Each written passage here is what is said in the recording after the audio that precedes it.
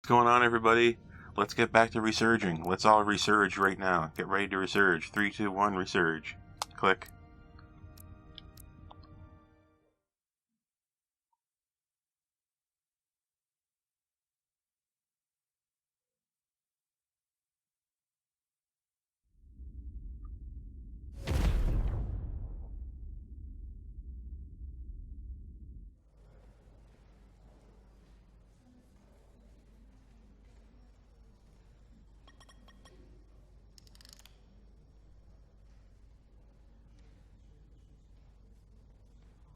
Mr. Diaz, I understand you have already discussed the warp drive failure with Ambassador Spock? I have. It is imperative that the Ambassador's shuttle be flight ready.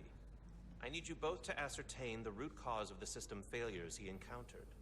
I'm surprised, Commander. I thought you would have wanted to work on Ambassador Spock's shuttle yourself. I respect the Ambassador and his many accomplishments, but I do not derive any satisfaction from interacting with his shuttle as if it were somehow transubstantiated through its association with him. Especially when I have the entirety of this starship to concern myself with. That's completely true. I am not the chief engineer of this shuttlecraft. When you look at it logically, yes, it is just a shuttle. No different than any of the others. There is plenty that is different about it, and that is what you are to investigate. But please limit your findings to observable scientific phenomena. We'll try to restrain ourselves. Then I will leave you to it. Make note of any abnormalities in your report. Carry on. One nice thing about Vulcans, Chobok is the only person who didn't look at this and treat me like I was something to pity. Doc says I should get used to it. Makes you look tough. Doesn't I like mean that I want to answer. be reminded of it every minute of the day. Hey, you won't get pity from me. I think it makes you look tough. As tough as you really are, that is. And that makes you sound pretty smart. I might need you to save me from myself next time, though. Come on. Let's get to the bottom of this.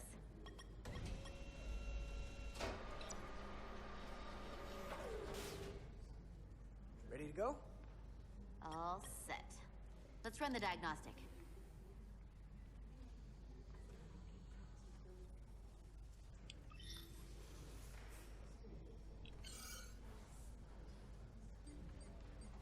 So, I know about your talk with Miranda.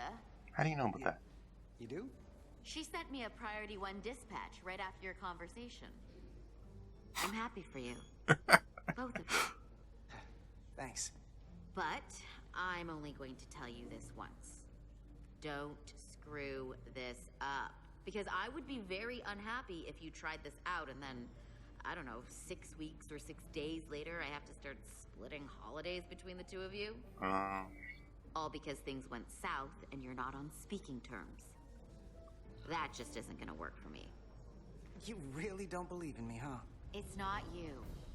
Or her. Just running the numbers, and things don't work out more often than they do. I like my friends, and I like our group. I don't want to lose that.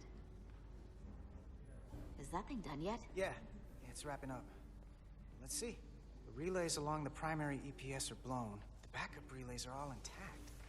An EPS overload from the warp drive could cause that. But how did the shuttle end up dead in the water? Huh. Well, maybe the ship's data recorder can tell us something. We used the right word. We used the word recorder. We didn't try to say black box like they did in Discovery.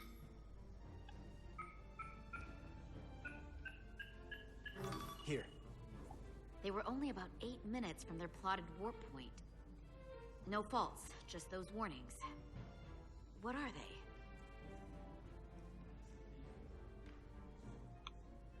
The warp field became inverted suddenly. I've seen this happen when the center warp coil cracks. A cracked warp coil throws a fault code. Still, we should take a look.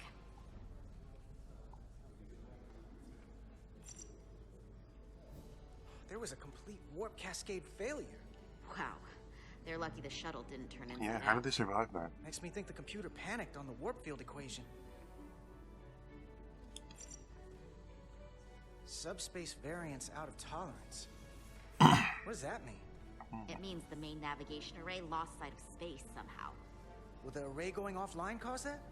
Yes, but it should have also thrown a fault code. Any one of these failures should have thrown a fault. If it was caused by a system failure. None of this caused the relays to blow. Roll forward to when that happened. Yes, ma'am. So here, they take a moment to get their bearings and they attempt to re-engage the warp drive. There. That's the relays blowing.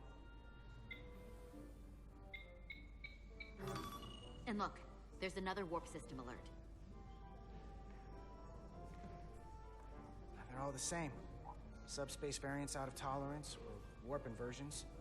Finally, there's a complete warp cascade failure. Then it's one of two things. Either a warp coil is cracked, or the navigation array is offline. That makes sense. Divide and conquer. You want to check the warp coils or the navigation array? I'll check the other. Let's not overcomplicate this.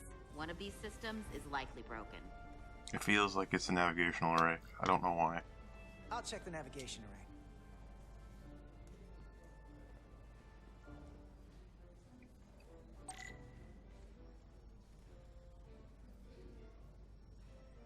Yes. Should be around here.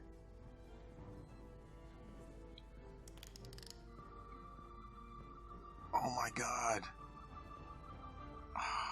This is so cool. Look at this.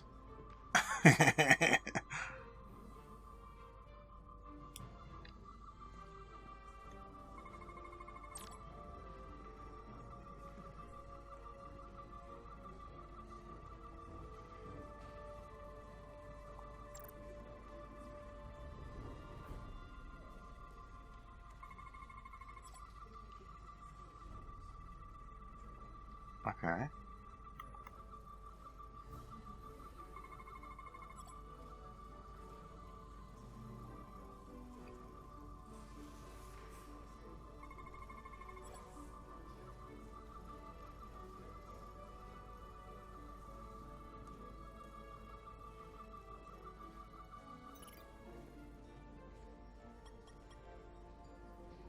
Navigation array checks out, so it must be a coil. Except it's not. Checked and double-checked. Well, the readings don't lie. Here comes the security detail for the way team. I would recommend a probe with a suite of various sensors to go into the surrounding area. Hey. I'm not here. We're escorting the negotiating team to the surface as soon as they come down from the bridge. I don't want to interrupt some important work. I was just hoping to see you before I go. The captain and the others will be here any minute now. Should be an interesting ride down to the surface.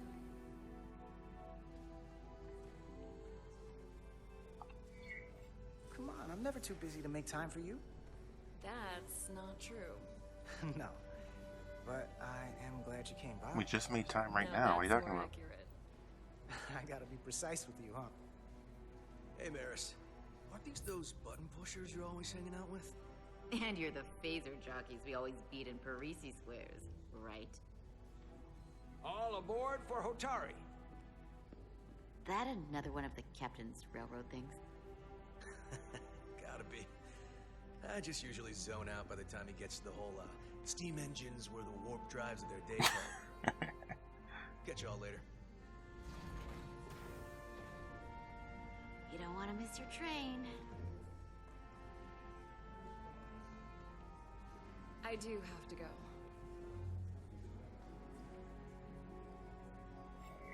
Not gonna lie, I'd rather not leave right now. More important things on my mind. Go on. Do your job. I'll be right here waiting for you when you get back. You better be.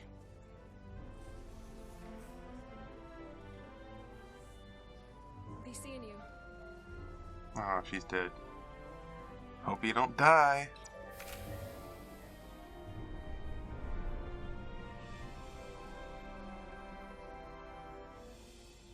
Etzelarda Diaz. If you could float back down to reality, we still have a ways to go. All right, where were we? So, the warp coils in the navigation array are fine, but the nav computer doesn't seem to think so. I'm out of ideas short of field stripping this shuttle from bow to stern. You wanna take this out of the shuttle and throw it on the bench? Oh, real hands-on maintenance. I like it. Okay, the nav computer is patched into the ship. The ship's computer can double-check our work. If the shuttle's nav computer's putting out false data, we'll know it. Let's run through the shuttle's logs again. Running now.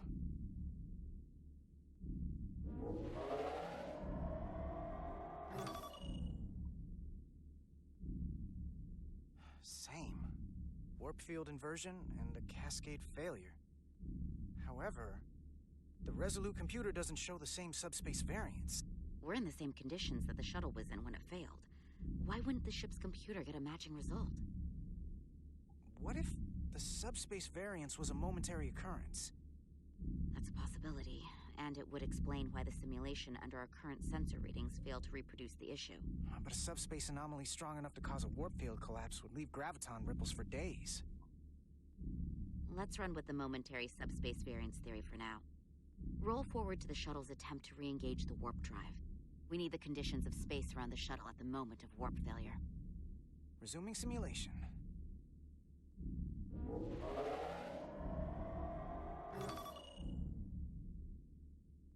Error in warp field calculation.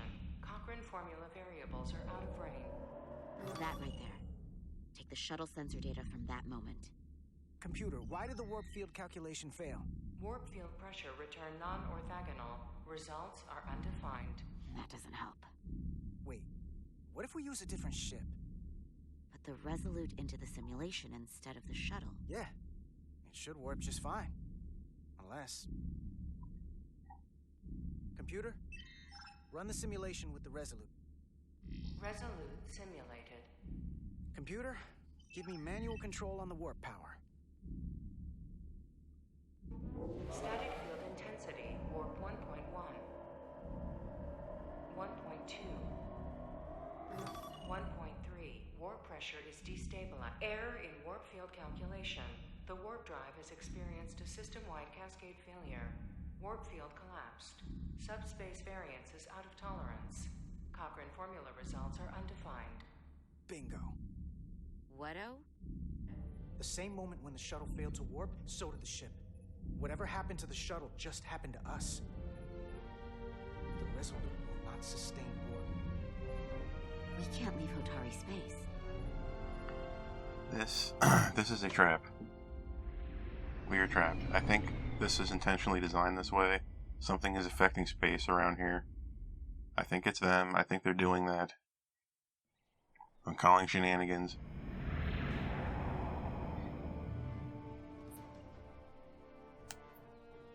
Oh man, cool looking.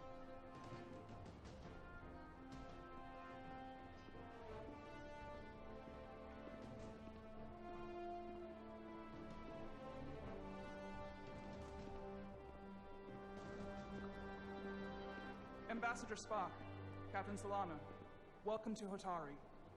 We are honored you've come. My name is Tyler Saltaris, Minister of Diplomatic Affairs. The honor is ours, and this is Commander Jara Rydek, First Officer aboard the u.s.s. Resolute. You'll find she has a keen mind, and unique insight into the dynamics between the Hotari and the Illydians. We are honored to be here, as representatives of the Federation. I'm so glad. These must be the representatives of the mighty Federation. The reigning authority in the galaxy. Or so we've been led to believe. Whether that's true or not remains to be seen. But, either way, we're grateful you've made the time to come to our little corner of the universe. And you are? This is Galvin, and this is Citron, the heroes of the revolt in the mines.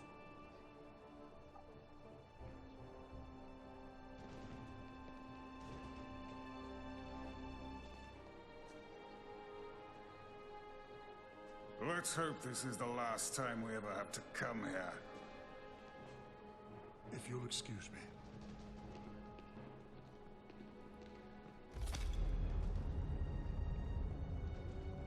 think we're about to begin. Did you hear the arrogance from that guy? I don't know what we're walking into here, but that guy was something. Something about his tone tells me this won't be easy. That was my sense as well. I doubt he speaks for all of Hatari, so I would urge patience until we speak with their queen.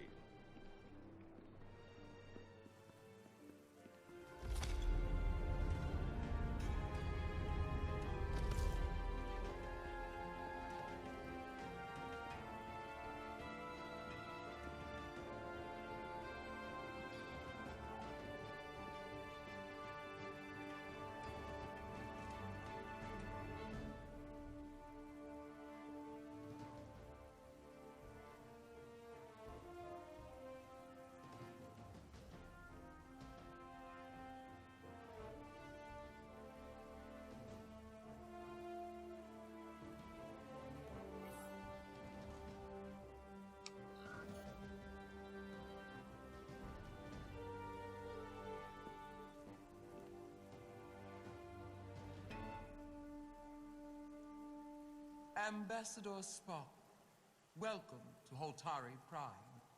The honor is mine, Your Majesty. That the Federation would send one of their most respected representatives is not only an honor to the Holtari people and their queen, but a recognition of our stature and importance. Let's get on with it, shall we? With all due respect to the Federation and their ambassador, they have no authority here. We are not members of their alliance. We are not subject to their rule, nor yours. We demand the immediate return of all mining operations to Elydian control, as it has been for centuries and will be for centuries more. That has always been our understanding. That understanding has changed. Then you invite war. And if you cannot remain silent, you will be silenced. But his point is well taken. What is the Federation's interest in this matter? Perhaps you would have us trade one oppressor for another? The Federation remains neutral. Our only interest is the peaceful resolution of this conflict. We are here at your request, Your Majesty. For now. Saying this wouldn't be easy was an understatement. I thought they wanted us here. Was there something you wanted to say, Captain? Oh, no. My apologies. And what about the Kobliad? She's not part She of... can speak for herself, can't she? Okay. Then let her.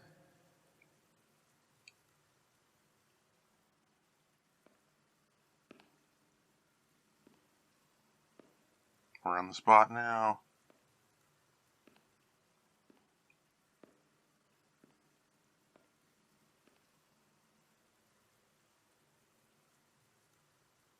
Now then, what is your name?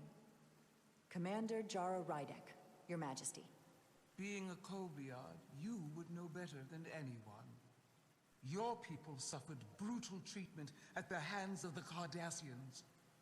Their injustice towards the Kobliad is as unimaginable as it is unforgivable. Not unlike how we have been treated by the Elydians. As much as they'd have you believe they are the victims here, remember it was the Hotari who attacked us. Hundreds of innocent Elydians were slaughtered without mercy in those mines. These guys look really The cool. blood is on their hands, not ours. Quiet! Which one looks cooler? If after all the Kobliad suffered, you finally had the chance to right that wrong, to get out from under their control. I don't see what that has to do with this. You're trying to emotionally sway me. That doesn't have anything to do with this, I'm sorry.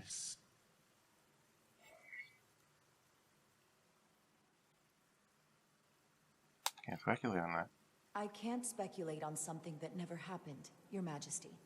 Sadly, that opportunity never came for the Kobliad. No, it did not. But we'd be wise to learn from their example, before we too find ourselves facing extinction. The Federation is the most powerful, most advanced alliance in the galaxy. It's widely known we have an abundance of dilithium in our mines. And it's in your interest to secure a steady supply. Your Majesty, if I may. Ambassador Spock would have us believe you're here as a neutral party in the interest of peace. So why are you really here? I want the truth, not your Federation rhetoric. It's possible the Federation has an interest in both peace and securing The a two steady are one and source the of same. dilithium. One does not preclude or prevent the other. But that's just my personal opinion. Given the Federation has done business with the Elidians for decades, I would agree. It's entirely possible, if not highly likely. What they haven't said, but cannot deny, is a simple truth. The dilithium trade would not and will no longer exist without Elidian involvement. Not necessarily. We created it for the benefit of everyone, especially the Hotari. We've given them warp technology. We've let them share in the profits. We've made their lives infinitely better than before dilithium was discovered. All of that goes away if the Federation turns a blind eye to their treachery. Is that a threat? That is enough of your lies! The Hotari are quite capable of running the mines. We've done so for centuries. So tell me, who deserves control of the dilithium trade and the mines on Tau? Who should the Federation recognize? The Hotari or the Elidians? Ugh. Only be one or the other, not both. Why not both? If there can only be one, then it would be in the best interest of all involved if the Elidians resumed operation of the mines. And that is why we should not trust our fate to the Federation. She speaks sense. You do well to listen to her. And you do well to... It was the Elidians that had the technology, right? So... We'll take back our minds by any means necessary. Then you will see more blood. So they do not own it, but they originated the technology that facilitated it. Majesty. Yours as well, Representative. But I suggest we could have a more productive conversation with a smaller group. Perhaps only the most essential representatives.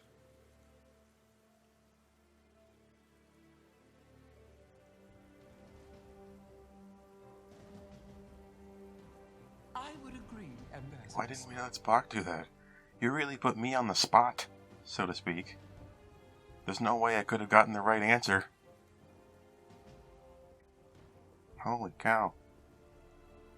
But it was very thrilling. I think this is best left to those of us with more experience in diplomatic matters.